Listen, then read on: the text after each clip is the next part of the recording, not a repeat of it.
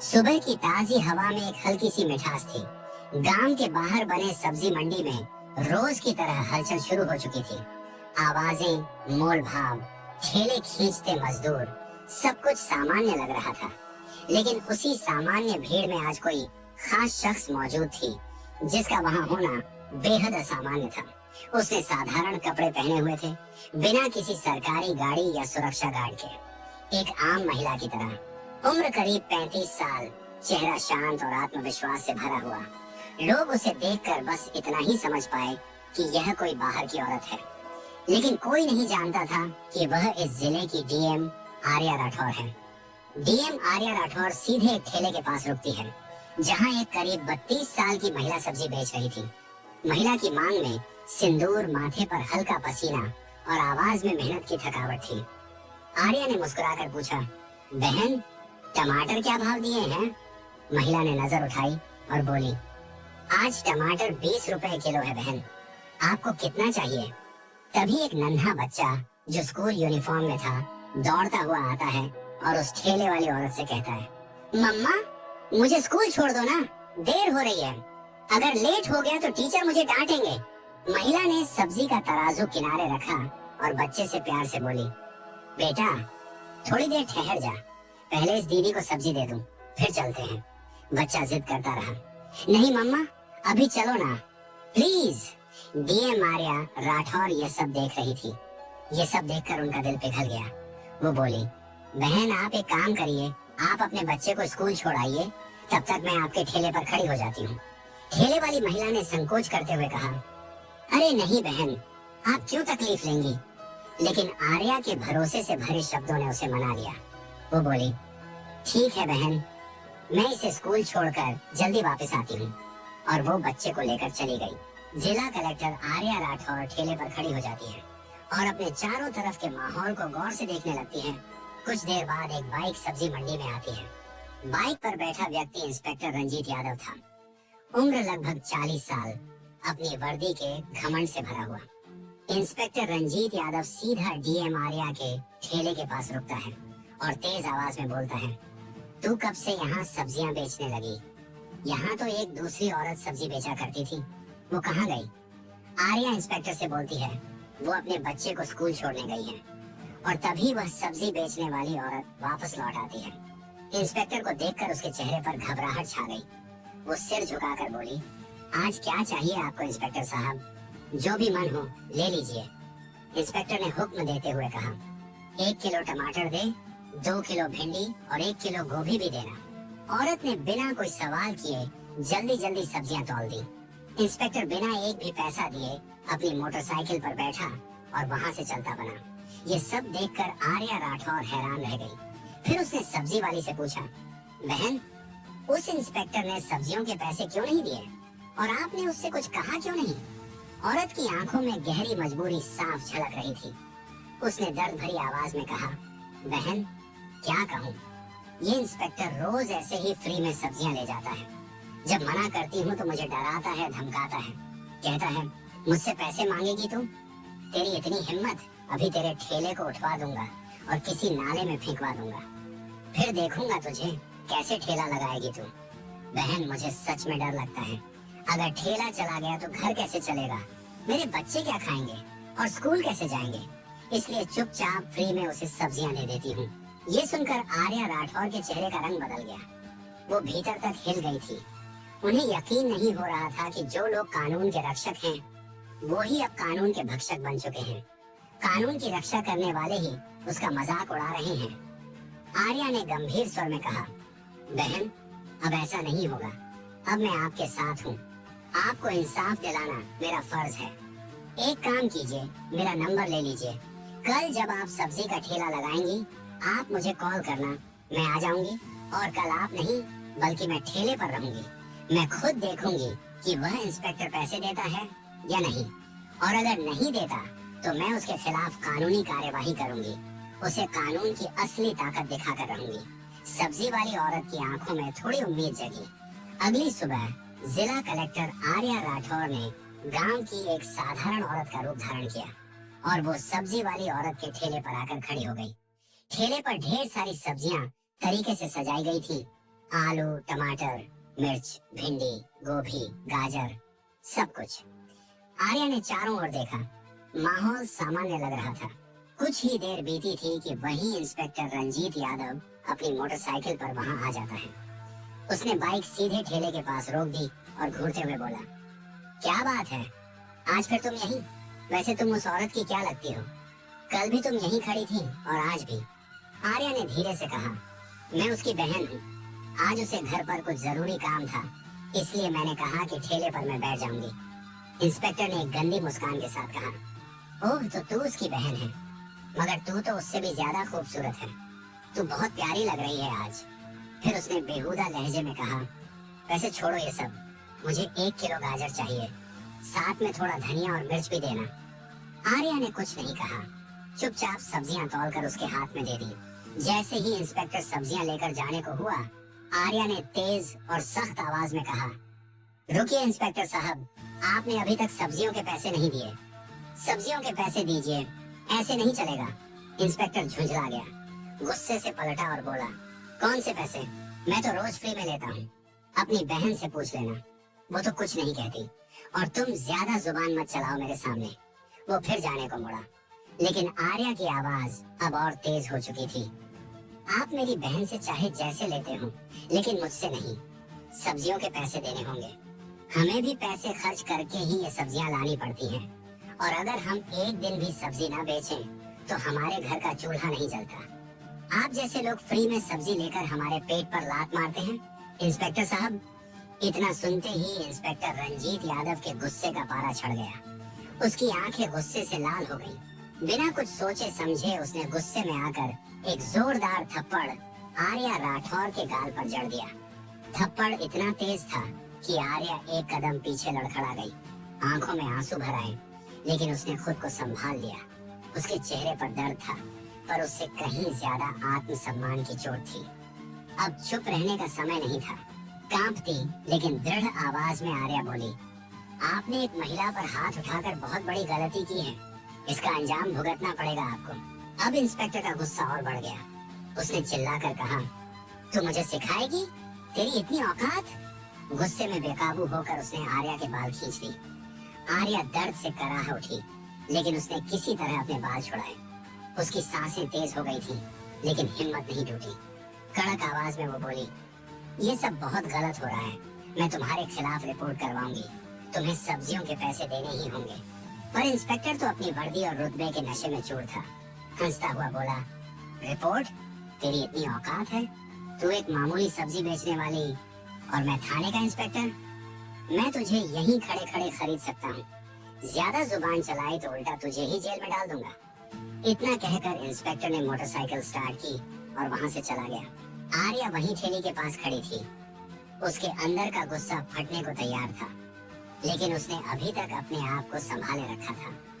कुछ पल ठेले के पास चुपचाप बैठने के बाद आर्या राठौर ने अपनी जेब से फोन निकाला और सब्जी वाली औरत को कॉल किया। धीरे से बोली, बहन, अब तुम ठेले पर आ जाओ। इस इंस्पेक्टर को अब मैं दिखाऊंगी कि कानून की पावर क्या होती है। जैसे ही सब्जी वाली वहां पहुंची, आर्या वहां से निकल गई। फिर वो सीधे अपने घर लौटी। साधारण साड़ी उतारकर अब उसने दूसरे कपड़े पहन लिए थे। चेहरे से थकान तो झलक रही थी, लेकिन आंखों में इंसाफ की आग जल रही थी। दोस्तों, इस कहानी को आधे में छोड़कर मत जाइएगा, क्योंकि अब आगे इस कहानी का क्लाइमैक्स आने वाला है, जो बहुत ही रोचक है। इसलिए कहानी में लास्ट तक जरूर बने रहिएगा। अब आर्या राठौर किसी डीएम की तरह नहीं, बल्कि एक आम महिला की तरह थाने पहुंची, जिसकी पहचान किसी को नहीं थी। थाने के अंदर कदम रखते ही उसने देखा इंस्पेक्टर रंजीत यादव वहां नहीं था। सिर्फ एक हवलदार डेस्क पर बैठा चाय पी रहा था। आर्या उसके पास पहुंची और सीधी बात कही, मुझे रिपोर्ट दर्ज करानी है। इंस्पेक्टर रंजीत यादव कहाँ हैं और एसएचओ साहब से मिलना है। हवलदार ने जवाब दिया, इंस्पेक्टर साहब कुछ काम से घर गए हैं और एसएचओ साहब फील्ड विजिट पर निकले हैं। आप चाहें तो कुछ देर बैठ जाइए, वह थोड़ी देर में आने वाले होंगे। आर्या चुपचाप एक कोने में पड़ी बेंच पर बैठ गई। वो अब भी अपनी असली पहचान छुपाई हुई थी। भीतर आग धधक रही थी, लेकिन चेहरा शांत था।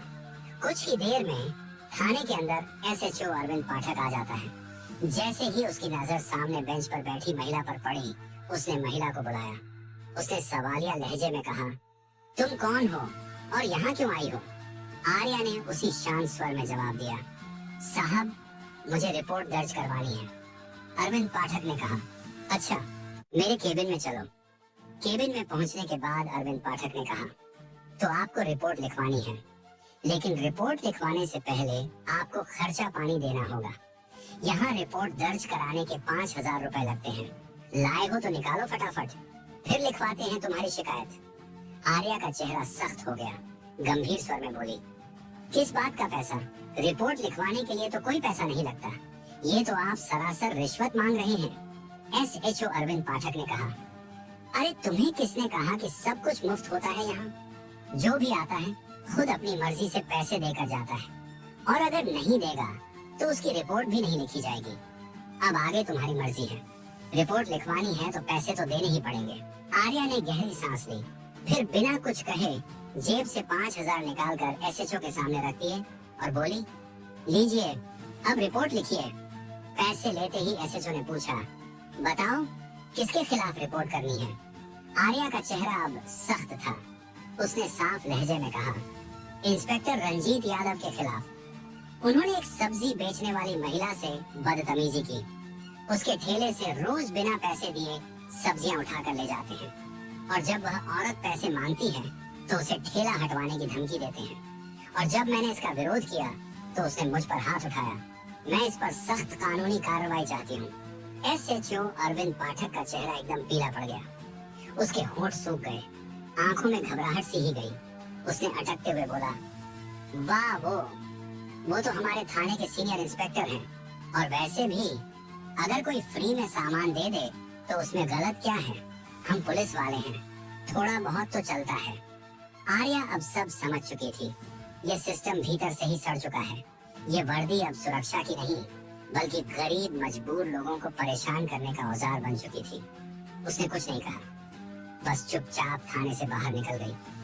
लेकिन उसकी आंखों में अब एक अलग चमक थी, जैसे कोई तूफान आने वाले हैं। अगले दिन सुबह DM आर्या राठौर अपने असली रूप में आ चुकी थी। एक हल्के गुलाबी रंग की साड़ी पहने गवर्नमेंट व्हीकल से सीधे उसी थाने में जाने के लिए निकल पड़ी।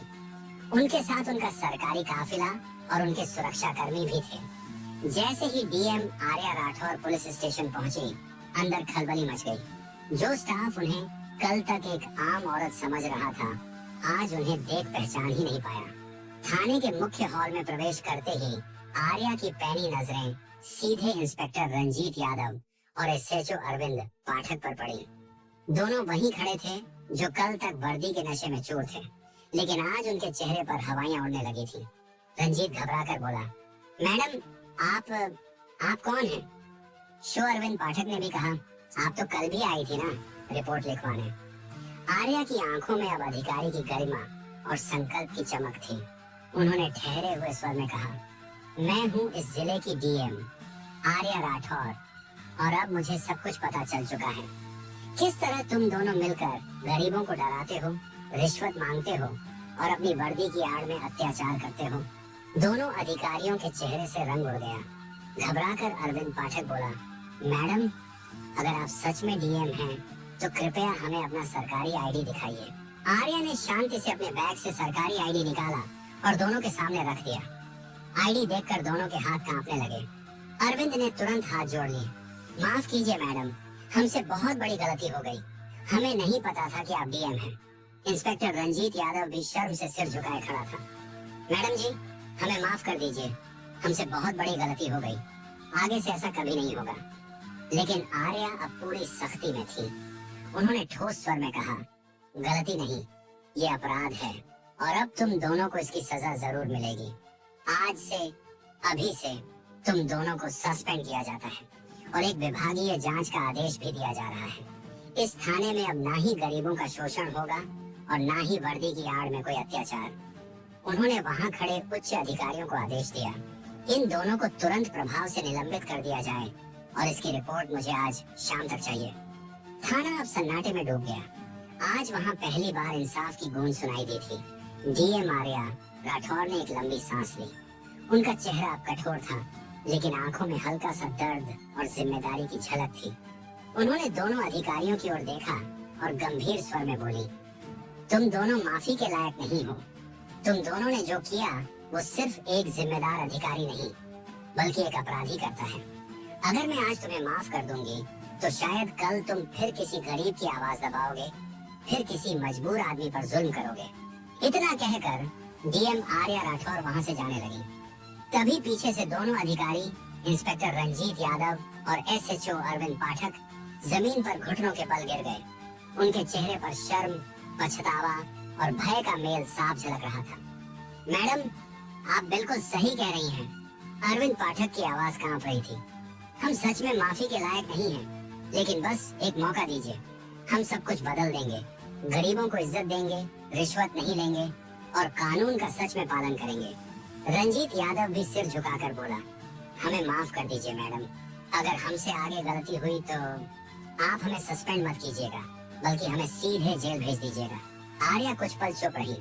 उनकी आंखें इन दो अफसरों के चेहरे पर टिकी थी।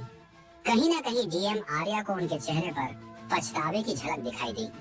उन्होंने गहरी सांस लेते हुए कहा, ठीक है, मैं तुम्हें एक आखिरी मौका देती हूँ, लेकिन याद रखना, ये मेरी तरफ से पहली और आखिरी चेतावनी है।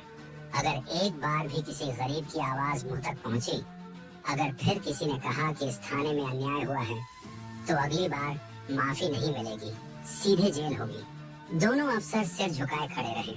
उनके चेहरे पर आत्मग्लानि थी और शायद भीतर से कुछ बदल चुका था। जाते जाते आर्या ने पूरे थाने पर एक नजर डाली। वहां मौजूद हर पुलिसकर्मी उनकी बात सुन रहा था। फिर उन्होंने दृढ़ स्वर में कहा, पुलिस की वर्दी लोगों को डराने के लिए नहीं, बल्कि उनकी सुरक्षा के लिए होती है, उन्हें भरोसा देने के लिए होती है। जब तक वर्दी पहनने वाले खुद इज्जत देना नहीं सीखेंगे, तब तक ये वर्दी भी इज्जत के काबिल नहीं मानी जाएगी। इसके बाद डीएम आर्या राठौर थाने से बाहर निकल गई। पीछे सिर्फ सन्नाटा रह गया, लेकिन वो खामोशी किसी डर की नहीं, आत्मविश्लेषण की थी। उस दिन के बाद थाना जैसे सच में बदल गया। अब कोई रिश्वत नहीं मांगता था, हर फरियादी को बराबरी से सुना जाता था। गरीबों की एफआईआर बिना पैसे के दर्ज होती थी। बाजार, गलियों और चौराहों पर अब पुलिस लोगों की मदद करती दिखती थी, लोगों में डर नहीं फैलाती थी। वही सब्जी वाली औरत जो कभी सहमी हुई रहती थी, अब अपने ठेले पर मुस्कुराकर खड़ी होती थी, क्योंकि उसे अब किसी से डरने की जरूरत नहीं थी। इस कहानी से हमें यह सीख मिलती है कि पद और रुतबा सिर्फ दिखावे की चीज नहीं, बल्कि एक बड़ी जिम्मेदारी होती है। जब कोई अधिकारी अपने ओहदे का इस्तेमाल गरीबों और मजबूरों की मदद के लिए करता है, तभी समाज में असली बदलाव आता है। अन्याय के खिलाफ खड़े होना कभी आसान नहीं होता, लेकिन एक सच्चा लीडर वही होता है जो डर के आगे हिम्मत दिखाए। और सबसे जरूरी बात, वर्दी का डर नहीं, भरोसा होना चाहिए लोगों के दिलों में। दोस्तों, इस कहानी को सुनाने का उद्देश्य किसी को परेशान करना या किसी की भावनाओं को ठेस पहुंचाना बिल्कुल नहीं है। हमारा मकसद ना ही किसी जाति, धर्म, समुदाय या पेशे को गलत दिखाना है। इस कहानी का इकलौता उद्देश्य है आपको जागरूक और सचेत करना। अगर आपको ये कहानी पसंद आई हो तो इसे लाइक करें, हाइप करें। और अगर आप चाहते हैं कि गरीबों की आवाज दबे नहीं बल्कि और लोगों तक पहुंचे, तो इस कहानी को ज्यादा से ज्यादा शेयर करें। आपका एक शेयर किसी की चुप आवाज को एक बुलंद सच्चाई बना सकता है। आवाज उठाइए, साथ दीजिए और बदलाव का हिस्सा बनिए। ऐसी ही और कहानियों के लिए हमारे चैनल ब्लैक क्राइम फाइल्स को सब्सक्राइब करना ना भूलें। सतर्क रहें, सुरक्षित रहें। धन्यवाद। जय हिंद।